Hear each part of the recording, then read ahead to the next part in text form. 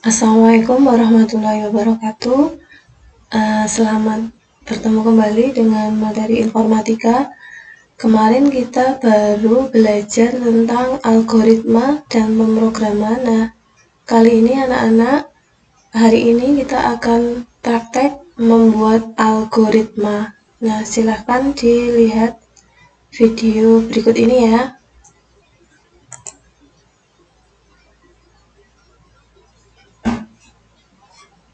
Oke, kita ingat dulu, apa sih algoritma itu? Algoritma adalah langkah-langkah logis tertentu untuk menyelesaikan suatu masalah, sedangkan fungsi algoritma adalah untuk membantu seseorang dalam menyelesaikan suatu masalah berdasarkan pada pola pikirnya masing-masing.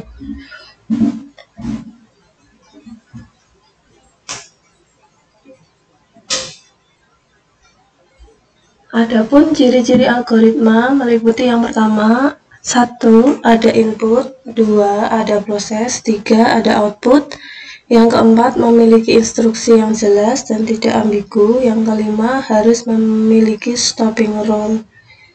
Nah, sifat algoritma yang pertama tidak menggunakan simbol atau sintaks dari suatu bahasa pemrograman, tidak tergantung pada suatu bahasa pemrograman. 3. Notasinya dapat digunakan untuk seluruh bahasa manapun.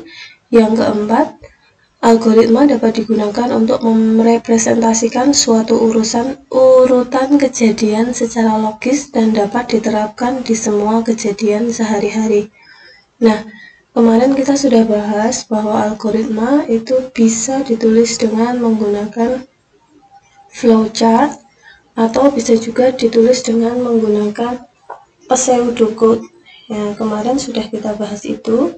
Ataupun bisa juga ditulis dengan bentuk deskriptif. Nah, hari ini khusus kita akan belajar membuat flowchart. Walaupun kemarin Bu Ika sudah berikan contoh flowchart ya. Dalam pertemuan kali ini kita akan belajar membuat flowchart. Bu Ika kasih contoh adalah membuat algoritma memasak mie instan.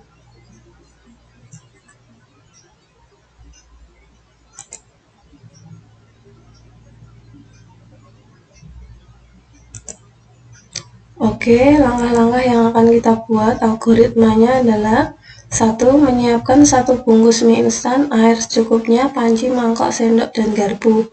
Yang kedua, masukkan air ke dalam panci. Yang ketiga, masak air. Yang keempat, tunggu hingga mendidih. Yang kelima, masukkan mie dalam panci yang sudah berisi air mendidih. Yang keenam, aduk dan tunggu hingga matang. Yang ketujuh, jika sudah matang, masukkan bumbu dalam mangkok. Yang kedelapan, aduk hingga rata. Yang kesembilan, mie siap untuk disajikan.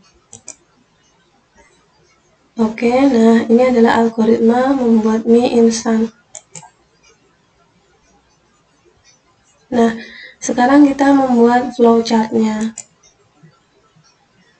Nah, berikut adalah flowchart dari algoritma membuat mie instan. Oke, kita buat bentuk start atau mulai. Ini adalah terminalnya, merupakan suatu permulaan yang nanti juga akan dibentuk seperti ini sebagai akhirnya atau stop ya dari sebuah kegiatan. Oke, setelah start atau mulai kita buat bentuk seperti ini. Kemarin sudah diberikan lambang-lambang untuk flowchart. Ini adalah predefined process, digunakan untuk melaksanakan suatu bagian dari prosedur judul ya. Kemudian ini merupakan proses input, masukkan air ke dalam panci. Kemudian ini artinya adalah sebuah proses. Ini masih sama, sebuah proses, menunggu hingga air mendidih. Kemudian kita dihadapkan ke bentukan jajaran genjang. Ini merupakan decision, berfungsi untuk memilih proses, karena di sini nanti apakah dia mendidih atau tidak. Kalau tidak, kita menunggu. Kalau sudah, kalau iya, kita masukkan mie instannya.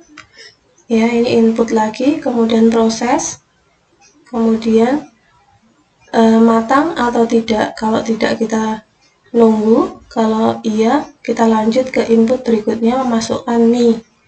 Kemudian kita masuk ke proses lagi, aduk hingga merata. Kemudian kita masuk ke pemilihan proses lagi atau decision, iya atau tidak. Kalau tidak kita kembali ke proses awal, kalau iya kita masuk ke proses selanjutnya yaitu sajikan mie. Nah, setelah ini adalah akhir dari flowchart membuat mie instan alias selesai. Nah, berikut contoh pembuatan flowchart. Nanti anak-anak setelah ini silahkan belajar membuat flowchart sendiri. Yang simpel saja, flowchart untuk kejadian sehari-hari, misal membuat kopi atau membuat teh atau menggoreng telur, terserah anak-anak. Nanti silahkan digambar di bukunya atau boleh di Microsoft Word, kemudian difoto atau dikirim filenya ke penugasan. Terima kasih. Assalamualaikum warahmatullahi wabarakatuh.